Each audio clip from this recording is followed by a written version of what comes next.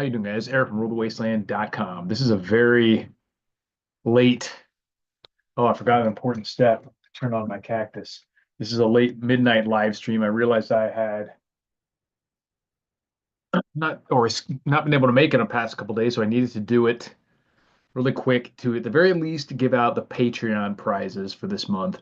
Even though I'm sure there won't be too many people that are able to listen live, because this is 12 a.m. Pacific time, 3 a.m. Eastern time.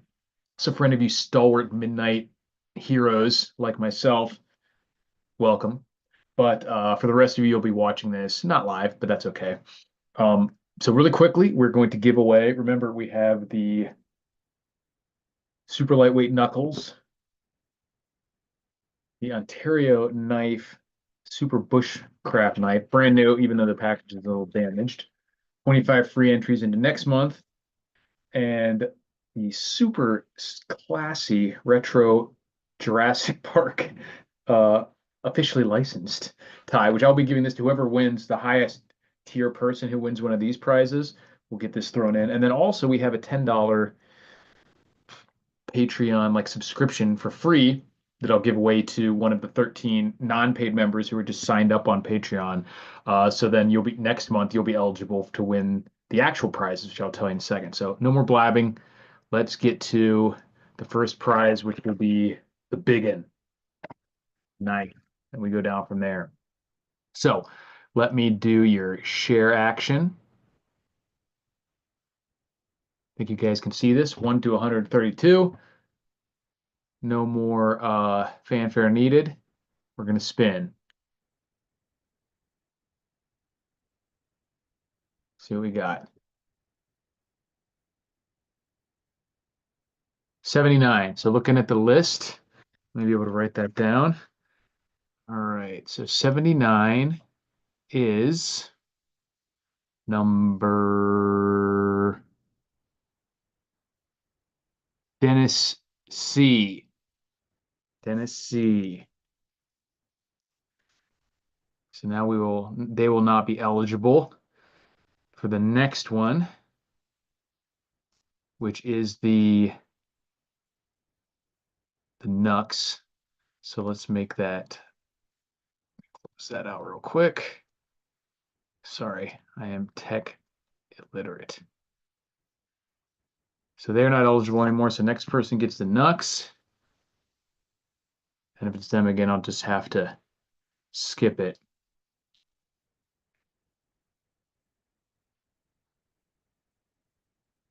$96. That is also them.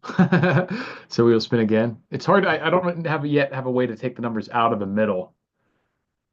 I could take them off to either end, but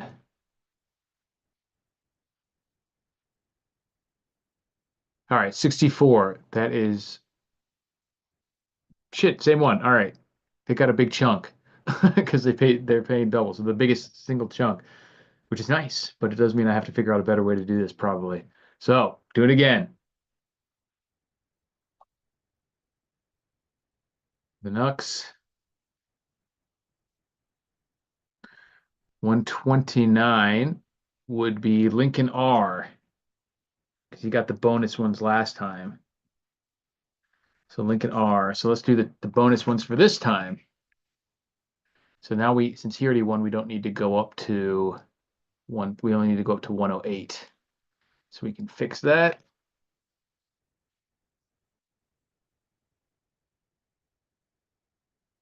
This is for the 25 free entries. All right, that is again Dennis C because they have 63 to 102. So we got to do it again. I got to figure out a new system that I can remove numbers mid drawing. So the 25 free entries will now go to Ed M. All right, so now we got 1 to 13 to see who's going to win our unpaid members. Real quick, the free members. So let's spin because there's only 13 of the unpaid members right now, so this is a direct drawing.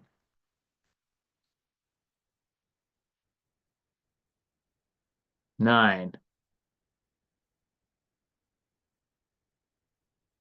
So that is Moshood. I'll be sending you an email. All right, so sorry that drawing took a little longer than necessary, just because I haven't yet figured out a way how to remove people from inside the numbers in the middle. You can do it with just a range, and I'll find a more complicated or one that works a little better. Um, yeah, but Heritage Prepper, appreciate you showing up. Who has the idea of Pakistan has started World War III? I'm going to get into that in a second. It's almost time to hit the road, Mad Max style. I agree. But really quickly, we will go over the prizes for next one. As always, I'll be giving away, somebody will be getting 25 free entries. We got another set, this time hot pink Nux. And then this knife that we're giving away at the first one in June. This one I really wanted to keep. I just have the knives I need. I have too many, honestly. But I really like this one. I think it's from a battle box back in the day. But I really like this trench knife style handle with that extra, I don't even know what you would call that, extra choil thing on there.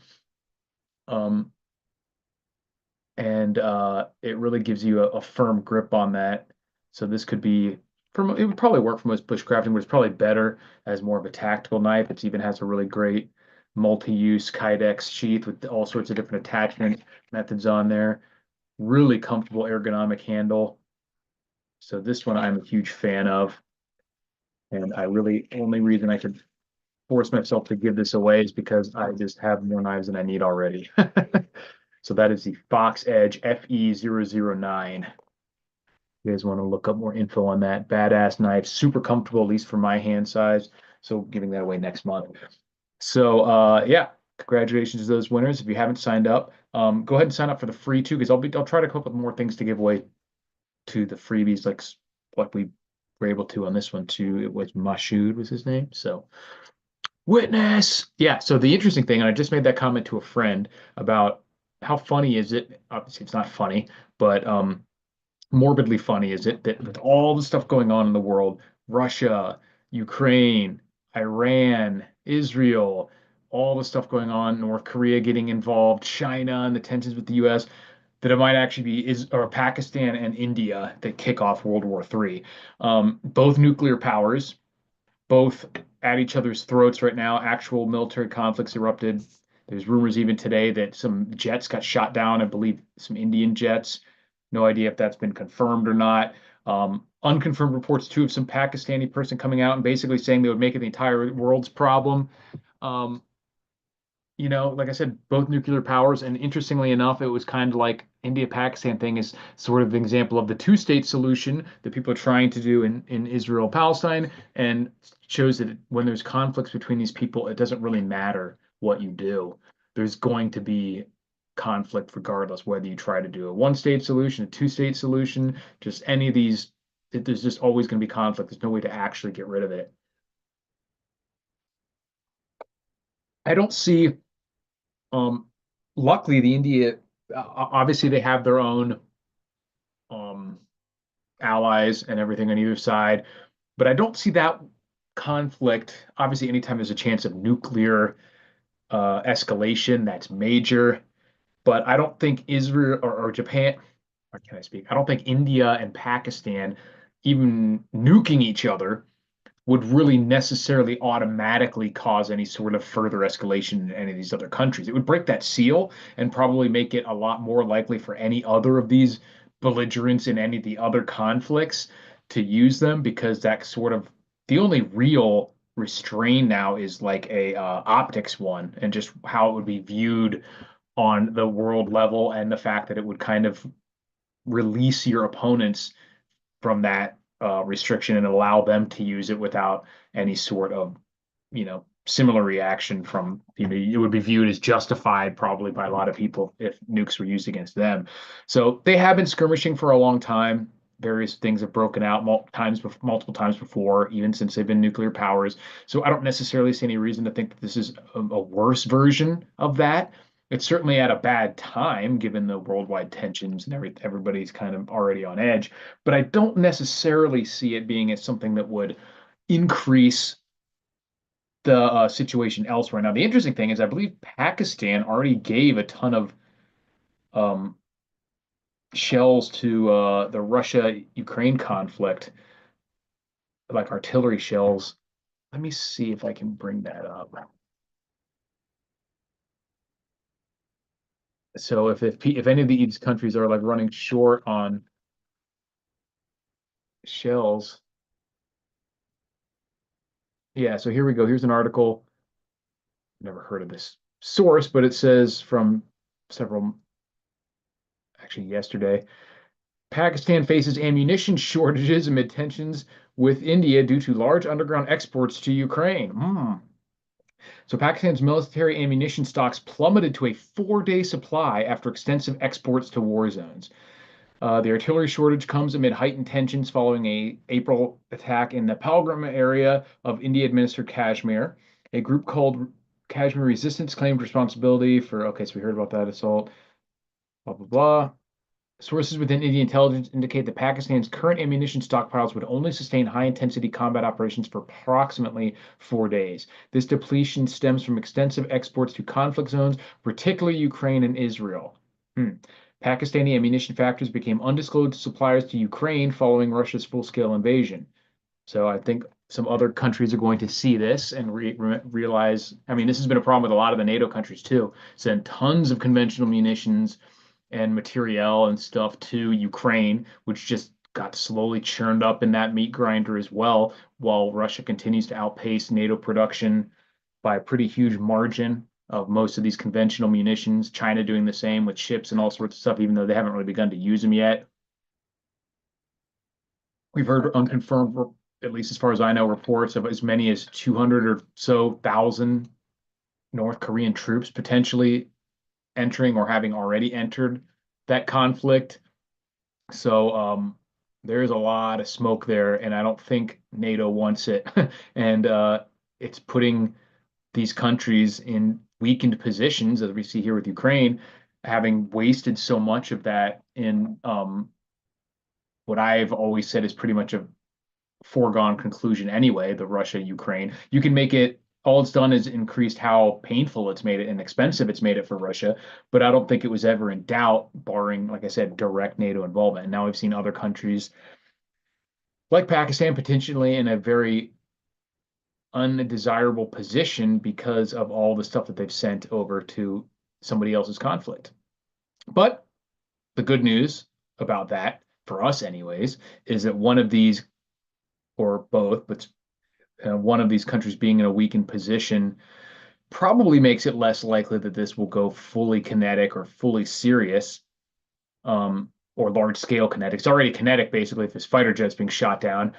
But if they're in a really, you know, precarious position in terms of resources, then they're not likely to wanting to escalate the situation. So that's probably a good thing overall. So I'm not too worried about that. And even if they were like nuking each other, I don't think they would necessarily just start firing nukes at other people. So it would be really bad for those people in those regions. But I don't see it necessarily as being particularly escalatory for anyone else in general. But what do I know? That'll be an interesting situation to watch for sure. Um, Especially just the fact that tensions are high. But I think it'll actually probably cause a lot of these countries to be a little more wary of sending support because they'll see that and be like, what if that happens with us? And I mean, you've already seen these countries being tapped out, and it makes other, countries less likely to be able to even get involved in any way, which, a bunch of Western countries are always so eager to dip their toe into any of these conflicts in one way or another. So it might make that less likely, but probably not. It'll probably just get more and more people in the government saying they need money. Speaking of which, one of the things that I thought was very good sign. I mean, it's a bad and good sign. It's bad because it uncovers just how corrupt and controlled a lot of the government is in the U.S. But it's good that the result that came of it, and that is this one. What was his name? Mike Waltz, whatever that guy's name was, who was just fired for pretty much overtly colluding with the Israeli government to push for an increased conflict.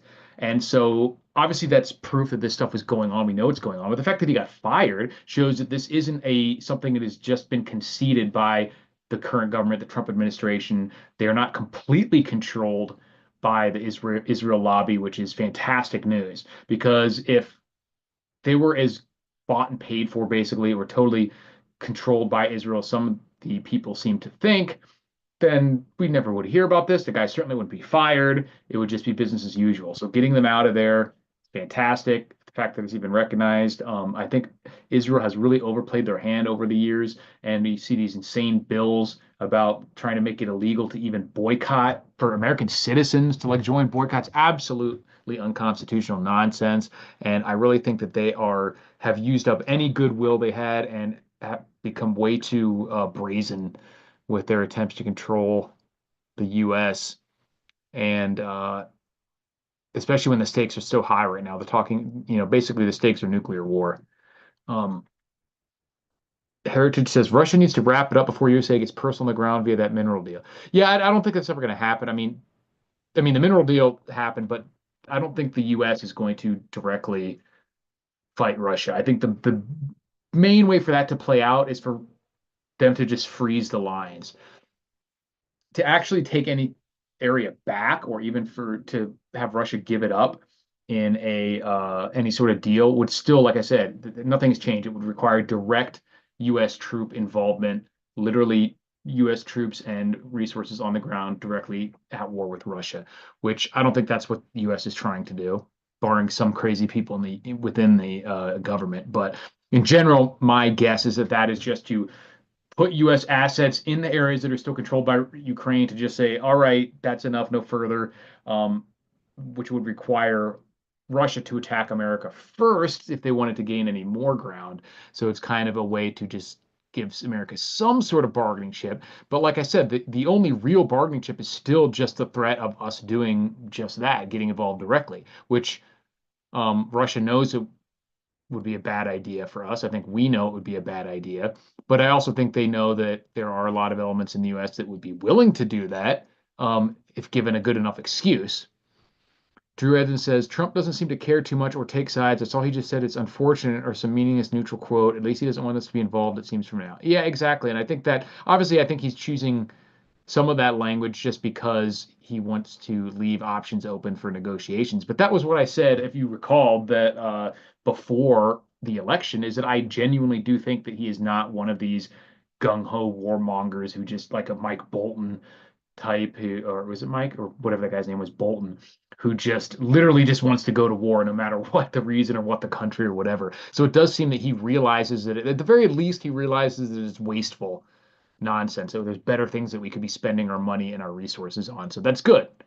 And like I said, pushing some of these literal Israeli agents out of the government is also an extremely good sign because that means that we're not just automatically going to do whatever Israel wants, which is obviously they want war with Iran. Uh, Drew also says, I just read China says same basic thing, regrettable. Right, because I mean, like again, there's a lot of diplomacy that goes into that. If you say that it was John Bolton, yeah, not Mike Bolton, thank you.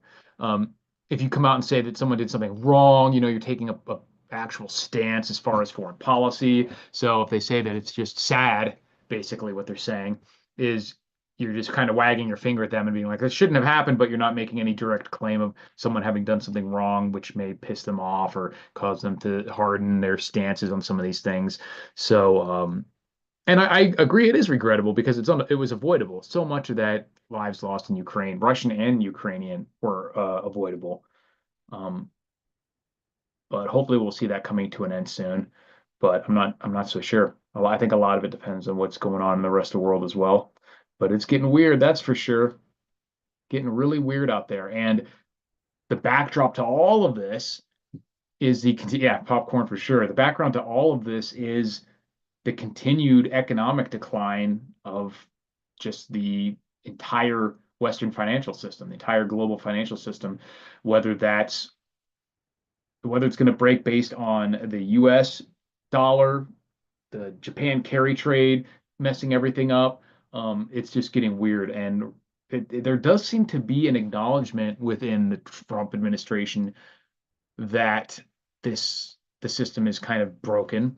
I don't know exactly where they're going with it. It's really hard to tell. I have a feeling that there is some kind of plan there. And obviously, the weird thing about these anything like even if I or Ron Paul or anyone else was in there making the decisions and knew exactly what to do and was going to do the exact right thing, you couldn't necessarily just come out and make it super obvious because then a lot of these countries and institutions and everything would front run the decisions that you're going to make. Like if you really would did want to go back on a gold standard or switch to some kind of sound money system, you couldn't just really come out and say, or it would just be disastrously chaotic to say the least, to just come out and say, this is what we're going to do. It would cause an instant collapse in a lot of industries or currencies, and it would really take away your options. So even if they were doing some of the right things or planning on doing some of the right things, or at least some of the least bad things, they couldn't just come out and say what they were doing, or else, they would still get stock market crashes and still get all this weird front running from big corporations, other nations, that sort of thing. So I really don't know what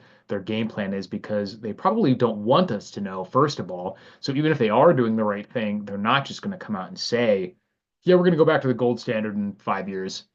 Because do you know what that would do to all these different, like the stock market, these currencies? The dollar would be instantly pretty much worthless, and then gold prices would, insanely spike more than they are now, all sorts of stuff like that. Destiny says, anyone know if solar panels can be EMP damaged? Yeah, they could be. It depends on the panels, as far as I know. I think, I mean, anything with fragile electronics like transistors and resistors and stuff like that can be damaged. So if a solar panel has a charge controllers and the like in it, they're much more likely to be damaged than if it's just a solid state electronics, like just wires, and the photovoltaic cells are probably less likely to be damaged. Um, but probably most of them are at least at risk of being damaged. Um, but yeah, you could keep them in a big Faraday cage, like I've mentioned in one of my videos, to get that conductive cloth. You can basically literally just get big sheets and then use it like you would aluminum foil, put some extra solar panels in a box and just wrap it up with that stuff. And then you can even use rubber bands or the foil tape. And go check out EMP Doctor's channel. He has a lot of different, already pretty much explained how you would protect a whole house system from EMP charges. We need to go back to vacuum tubes. Yeah.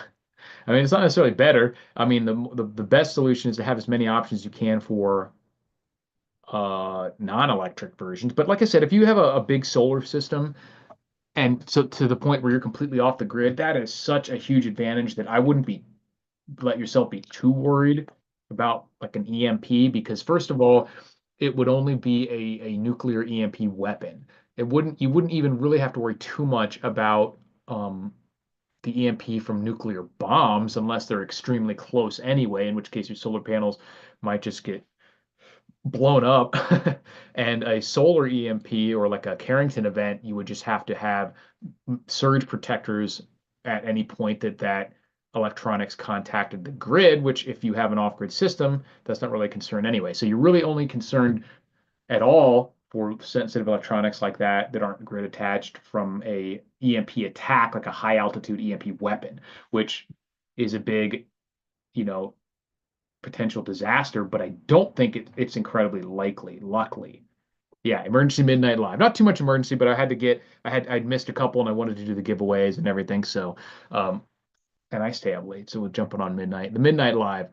But so like I said, if you have a big off-grid homestead and you're on full solar, I wouldn't sweat it too much about the EMP protection. I would research it a little bit and get some of those ferrites and whatnot that the EMP doctors talked about that you can put at different locations on your system that can potentially protect it. Um, and maybe if you can afford it, a couple extra solar panels and charge controllers and stuff put away. But the reason that I think it makes sense to prepare for like an EMP attack in general is just because of how catastrophic it would be, but not because of how likely it would be. And if you go back to, I had a really old video about the different zones of preparedness and which types of things you should prepare for. That's in the zone of extremely serious but unlikely. Something that's never happened. It's unlikely to happen. It just, if it does happen, it's so fucking serious that we're talking like a literal countrywide grid down event, like the most serious of all SHTFs, that it makes sense to have some sort of planning for that. But it's not something that you should direct your whole preparedness plan towards, I don't think, unless for some reason you think that that's much more likely than I do. But I mean, that is like a potentially extinction level event if it was done to the whole country that it's would be unlikely, first of all, for someone to do that. There's only a couple nations on the country or on the planet that are even capable of doing that to the US. Russia, China, potentially North Korea, maybe Iran, that sort of thing. But and of course they're the one Russia, but I said Russia already. They're the ones that we're in potential conflict with. But that would, like I said, that would be a just a last ditch total destruction, and they can't count on it knocking out all of our military assets, which are probably EMP shielded much more than civilian assets. So it would really take some a big decision on their part to go that route. Which, like I said, is certainly possible, but I don't think it's incredibly likely. I think the biggest thing, much more likely, that we need to prepare for is extreme supply shortages, extreme financial difficulties, and currency death, and just being able to produce your own food and energy is much more important. And I would be worried a whole lot more than that than um, specifically for EMP. Because unless you have and I'm never of the mindset that like you'll just die anyway, so don't prepare. But I do think that there's thresholds that you have to reach, and if you aren't at a certain threshold, then the preps that you would make up to that point won't really matter. So, for example, if you were trying to have a bunker, but you just made it out of plywood, and it didn't have any real shielding, then it's really not that much better than any bunker. And in an EMP scenario that was an entire country grid down, if you don't have like a real compound with dozens of soldiers or whatever, or troops or fellow colleagues, then you're going to be in a rough spot anyway, even if your homestead is up and running. So I wouldn't sweat it too much unless you really want to orient a whole bunch of your preparation efforts towards being EMP ready, because that is like worst case scenario. I bought a dehumidifier from Amazon, says Armitage Prepper. The water catch is a round pitcher, like they knew what it would be used for. Yeah, I mean, a lot of that, some of that dehumidifier water can be, it's like depleted, like any, what do you call it? Uh, Distilled water. But it's not, I don't think it's a risk. Like as long as the coils and everything are clean, that it's actually condensing on. It's some people think it like actually hurts you or sucks the nutrients out of your body, which is not necessarily the case. All those nutrients got into your body through your diet anyway, so you just have to be aware that if you're not getting any minerals from the water, that you have to be getting them elsewhere, but you could use it for everything else that you would need water for too. Destiny says, forgot to charge my phone before an unscheduled power outage. I was pissed. Finally diving into solar generators. Yeah, that stuff is those little things that happen will really annoy you. Like, really? That got me? I get all this, and like I wasn't ready for this tiny little thing. So yeah, those little solar generators are just a lifesaver for stuff like that. Um, and even just a little for you can even get like hand crank generators and stuff. I've really been one. I wish someone made a really good crank generator that was like modular.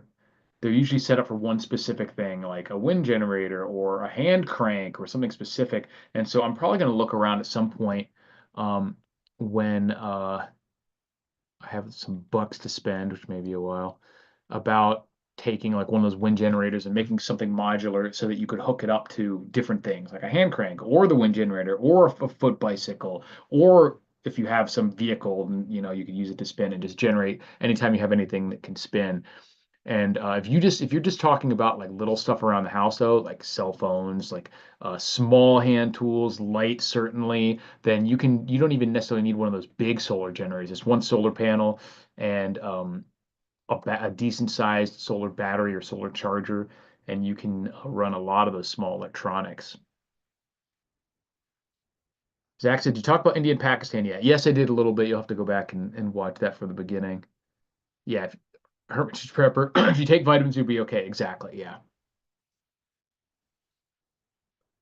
He says I have solar generator and also wind turbines for nighttime. Yeah, I think wind turbines are great, and if you're in an area where you have like the legal ability to put them up, decent amount of wind. It's so passive, they're just not going to be as consistent as depending on your area. as solar is in some areas, but like a lot of places, it will be better than solar if you're in areas that don't like if you're in the Pacific Northwest somewhere, I think it'd be a lot better to have couple wind generators than a solar generator. You're just going to need, as with any power generation, you're going to need a way to store it, so you're still going to need some batteries, but they're pretty simple. You know what I mean? You just get it, and you could even rig up your own if you had some alternators and whatnot. And you can make all sorts of different fans that would spin, but you could get a pretty big one and they'll turn a lot of power for at that level. You know what I mean? I don't think they make sense the way these giant wind farms, just because of the cost of the huge turbines and the ongoing maintenance and all that stuff. But and on a personal level, just talking about trying to get off grid, it doesn't really matter if they're technically making more electricity than it costs to you to build the metal or whatever, because you're just needing them to get yourself independent of the grid. And they definitely work for that, just like with solar panels. Drew says, I like to occasionally drink distilled water, not because of precious bodily food, just like the taste of pure. Yeah, it's definitely is just like the most pure. And it's not a risk of any kind unless you were having an extremely austere diet and not getting any minerals from that. And then also having them removed from your water. Solar for day, wind for night. Yeah, that makes sense a lot of times. Actually, out here, it gets windy during the day often enough too. It's just so bright and sunny out here that I think solar panels are even easier. Just no moving parts. You doesn't see them. They don't make any noise. You don't have to like put any towers or rods up. But not everywhere in the country gets 300 plus days of sun every year. So wind makes a lot of sense. And I think both makes a lot of sense, obviously, because on the days that you don't have sun, you might still have wind and vice versa, or you might have both. It could be windy and sunny, and then you're just generating a lot of power. And that's awesome. Yeah, wind is not as good as solar, but it can still trickle power in at night. Yeah, it depends. Per dollar spent, I think you'll get a lot more electricity from solar for sure. But yeah, having a good trickle coming in. And if you have like a place where there's actually real wind, you could make a really big one if it was, if you weren't breaking any code violations or whatever. But those wind turbines are going to be a little more effort to set up, but you could still generate as much, like it's pretty easily as much electricity as as anything you could run off your car, just spinning an alternator basically. And that's about the size motors that a lot of those wind generators seem to have, unless you got a really big one. But you'd have to be careful because that thing would be you lose some birds or some fingers or whatever in there if you're not careful. But I appreciate you guys checking in this late, and we're getting even 25 people watching. I would appreciate if you would click the like button, since you guys for the late night crowd. Click like, and for everyone else who's watching this later, I appreciate you guys watching. I know I keep saying it, but I will be making some more videos that are not just live stream coming up. So look forward to that. And make sure to, if you have, even if you don't want to do the paid Patreon, to sign up for the unpaid.